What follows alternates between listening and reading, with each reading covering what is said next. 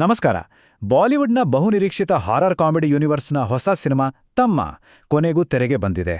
ಹಾಗಾದ್ರೆ ಈ ಸಿನಿಮಾ ಸ್ತ್ರೀ ತರಹದ್ದೇ ಮತ್ತೊಂದು ಬ್ಲ್ಯಾಕ್ ಬಸ್ಟರ್ ಹಿಟ್ ಆಗಿದೆಯಾ ಅಥವಾ ನಿರೀಕ್ಷೆಗಳನ್ನು ಹುಸಿಗೊಳಿಸಿದ್ಯಾ? ಬನ್ನಿ. ಎಲ್ಲರ ತಲೆಯಲ್ಲೂ ಓಡ್ತಿರೋ ಒಂದು ದೊಡ್ಡ ಪ್ರಶ್ನೆ ಅಂದ್ರೆ ಇದೆ.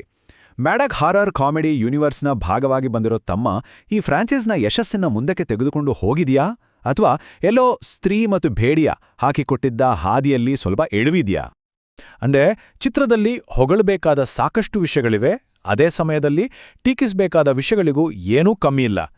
ಸರಿ, ಮೊದಲಿಗೆ ಒಟ್ಟಾರೆ ತೀರ್ಪು ಏನಿದೆ ಅಂತ ನೋಡೋಣ.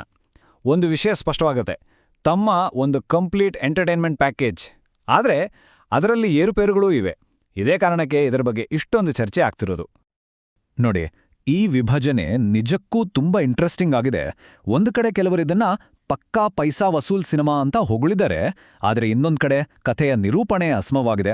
ಅಲ್ಲದೆ ಸ್ತ್ರೀ ಅಥವಾ ಭೇಡಿಯ ಸೃಷ್ಟಿಸಿದಂತಹ ಒಂದು ಇಂಪ್ಯಾಕ್ಟ್ ಇದರಲ್ಲಿಲ್ಲ ಅಂತನೂ ನೇರವಾಗಿ ಹೇಳಿದ್ದಾರೆ. ಬನ್ನಿ, ಪಾಸಿಟಿವ್ಸ್ನಿಂದ ಶುರು ಮಾಡೋಣ. ಮುಖ್ಯವಾಗಿ 3 ವಿಷಯಗಳು ಎಲ್ಲರ ಗಮನ ಸೆಳೆದಿವೆ: ಈ ಹಾರರ್ ಯೂನಿವರ್ಸ್ ಅನ್ನು ವಿಸ್ತರಿಸಿದ ರೀತಿ, ನಟರ ಅದ್ಭುತ ಪರ್ಫಾರ್ಮೆನ್ಸ್ ಮತ್ತು ಸಿನಿಮಾದ ಕೊನೆಯಲ್ಲಿ ಬರುವ ಆ ಪವರ್ಫುಲ್ ಕ್ಲೈಮ್ಯಾಕ್ಸ್. ಬಹುಶಃ ಇಷ್ಟಪಟ್ಟಿರೋದು ಈ ಯೂನಿವರ್ಸನ್ನು ಬೆಳೆಸಿದ ರೀತಿಯನ್ನು. ಸ್ತ್ರೀ ಮತ್ತು ಭೇಡಿಯ ಚಿತ್ರಗಳ ಪಾತ್ರಗಳನ್ನು ಮತ್ತು ಕಥೆಯ ಎಳೆಗಳನ್ನು ತುಂಬಾನೇ ಸಹಜವಾಗಿ ಇಲ್ಲಿಗೆ ತಂದಿದ್ದಾರೆ. ಅದರಲ್ಲೂ ವರುಣ್ ಧವನ್ ಮತ್ತು ಅಭಿಷೇಕ್ ಬ್ಯಾನರ್ಜಿ ಅವರ ಕ್ಯಾಮಿಯೋ ಬಂದಾಗಂತೂ ಥಿಯೇಟರಲ್ಲಿ ಚಪ್ಪಾಳೆಗಳ ಸುರಿಮಳೆ ಆಗಿದೆ ಅಂತ ಹಲವರು ಬರೆದಿದ್ದಾರೆ. ಯಾವುದೇ ಸಿನಿಮಾವನ್ನು ಮೇಲೆತ್ತುವುದು ಅದರಲ್ಲಿರೋ ನಟನೆ. ಈ ವಿಚಾರದಲ್ಲಿ ತಮ್ಮ ಖಂಡಿತವಾಗಿಯೂ ಗೆದ್ದಿದೆ.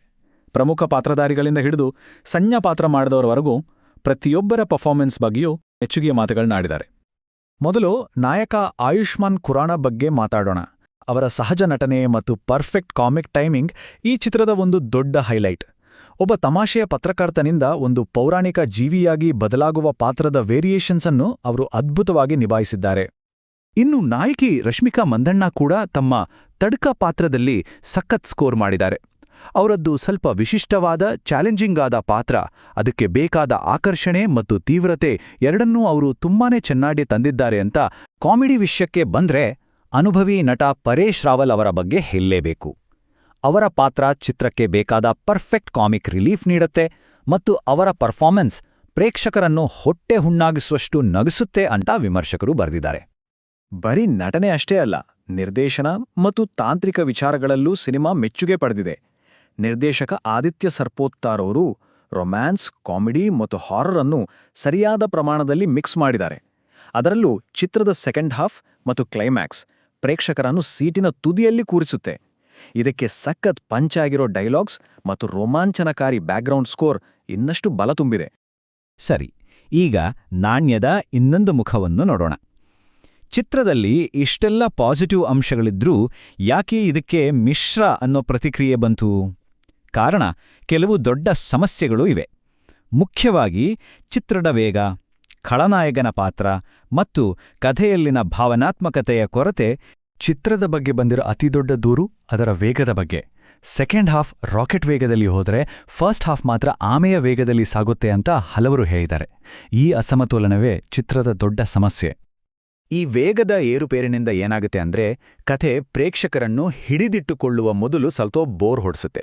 ಪ್ರಮುಖ ಸಂಘರ್ಷ ಮತ್ತು ಪ್ರೇಮ ಕಥೆಯನ್ನ ಸ್ಥಾಪಿಸೋದಕ್ಕೆ ತುಂಬಾನೇ ಸಮಯ ತೆಗೆದುಕೊಂಡಿದ್ದಾರೆ ಅನ್ನೋದು ಸಾಮಾನ್ಯ ದೂರು. ವೇಗದ ಸಮಸ್ಯೆಯ ನಂತರ ಚಿತ್ರದ ಇನ್ನೊಂದು ದೊಡ್ಡ ವೀಕ್ ಪಾಯಿಂಟ್ ಅಂದ್ರೆ ಅದರ ವಿಲನ್. ನವಾಜುದ್ದೀನ್ ಸಿದ್ದಿಕಿಯಂತಹ ಅದ್ಭುತ ನಟನಿದ್ರೂ ಅವರ ಯಕ್ಷಾಸನ ಪಾತ್ರ ಪ್ರೇಕ್ಷಕರಲ್ಲಿ ಭಯ ಹುಟ್ಟಿಸುವಲ್ಲಿ ಸಂಪೂರ್ಣವಾಗಿ ಫೇಲ್ ಆಗಿದೆ ಅನ್ನೋದು ಬಹುತೇಕರ ಅಭಿಪ್ರಾಯ. ಒಬ್ಬ ವಿಮರ್ಶಕರಂತೂ ಈ ಖಳನಾಯಕನನ್ನು ನಿಜವಾಗಿಯೂ ಅಪಾಯಕಾರಿ ಬೆದರಿಕೆ ಎನ್ನುವುದಕ್ಕಿಂತ ಹೆಚ್ಚಾಗಿ ಕೇವಲ ಒಂದು ಗದ್ದಲದ ಕಾರ್ಟೂನ್ ಇದ್ದ ಹಾಗೆ ಇದೆ ಅಂತ ಬರೆದಿದ್ದಾರೆ. ಇದು ಆ ಪಾತ್ರದ ವೈಫಲ್ಯವನ್ನ ಸ್ಪಷ್ಟವಾಗಿ ಹೇಳುತ್ತೆ. ಅಷ್ಟೇ ಅಲ್ಲ, ಇನ್ನೂ ಕೆಲವು ಸಣ್ಣಪುಟ್ಟ ದೂರುಗಳಿವೆ.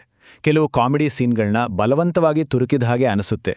ಲವ್ ಸ್ಟೋರಿಯಲ್ಲಿ ಒಂದು ಇಮೋಷನಲ್ ಕನೆಕ್ಟ್ ಇಲ್ಲ ಮತ್ತು ಹಳೆಯ ಸಿನಿಮಾಗಳ ರೆಫರೆನ್ಸ್ಗಳನ್ನೇ ಜಾಸ್ತಿ ಬಳಸಲಾಗಿದೆ ಅನ್ನೋ ಟೀಕೆಗಳು ಕೇಳಿಬಂದಿವೆ.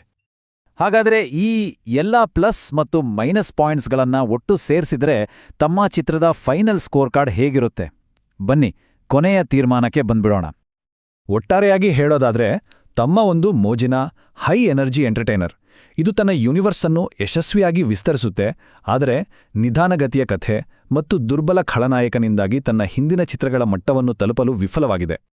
ನಂಬರ್ಗಳಲ್ಲಿ ಹೇಳೋದಾದ್ರೆ, ಹೆಚ್ಚಿನ ಪ್ರೊಫೆಷನಲ್ ವಿಮರ್ಶಕರು ಈ ಚಿತ್ರಕ್ಕೆ 5ರಲ್ಲಿ 2.5ರಿಂದ 4.0 ಸ್ಟಾರ್ಗಳ ನಡುವಿನ ರೇಟಿಂಗ್ ನೀಡಿದ್ದಾರೆ. ಈ ರೇಂಜ್ ನೋಡಿದ್ರೇನೆ ಗೊತ್ತಾಗುತ್ತೆ ಚಿತ್ರಕ್ಕೆ ಎಷ್ಟು ಮಿಶ್ರ ಪ್ರತಿಕ್ರಿಯೆ ಸಿಕ್ಕಿದೆ ಅಂತ. ಹಾಗಾದ್ರೆ ಕೊನೆಯದಾಗಿ ನಾವು ಇದರಿಂದ ತಿಳ್ಕೊಂಡೇಕಾದ್ದು ಏನು? ತಮ್ಮ ಚಿತ್ರವು ಈ ಹಾರರ್ ಯೂನಿವರ್ಸ್ಗೆ ಒಂದು ಒಳ್ಳೆ ಸೇರ್ಪಡೆ, ಆದರೆ ಗೇಮ್ ಚೇಂಜರ್ ಅಂತೂ ಅಲ್ಲ. ನಟನೆ ಚಿತ್ರವನ್ನ ಗೆಲ್ಲಿಸಿದ್ರೆ ಕಥೆಯ ಕೆಲವು ದೌರ್ಬಲ್ಯಗಳು ಅದನ್ನ ಹಿಂದೆ ಕೆಳೆಯುತ್ತವೆ. ಇದು ಖಂಡಿತವಾಗಿಯೂ ಒಂದು ಬಾರಿ ನೋಡಬಹುದಾದ ಮೋಜಿನ ಚಿತ್ರ, ಆದರೆ ಸ್ತ್ರೀಯಂತಹ ಒಂದು ಕ್ಲಾಸಿಕ್ ಮಟ್ಟಕ್ಕೆ ಏರುವುದಿಲ್ಲ. ಕೊನೆಯದಾಗಿ ಈ ಇಡೀ ವಿಶ್ಲೇಷಣೆ ಒಂದು ದೊಡ್ಡ ಪ್ರಶ್ನೆಯನ್ನು ನಮ್ಮ ಮುಂದೆ ಇಡುತ್ತೆ. ಒಂದು ಸಿನಿಮಾ ಕೇವಲ ಮನೋರಂಜನೆ ನೀಡಿದ್ರೆ ಸಾಕಾ? ಅಥವಾ ಅದರಲ್ಲಿ ಒಂದು ಪರಿಪೂರ್ಣ ಕಥೆ, ವೇಗ ಮತ್ತು ಖಳನಾಯಕ ಕೂಡ ಇರಲೇಬೇಕಾ? ಇದು ನಿಜಕ್ಕೂ ಯೋಚಿಸಬೇಕಾದ ವಿಷಯ.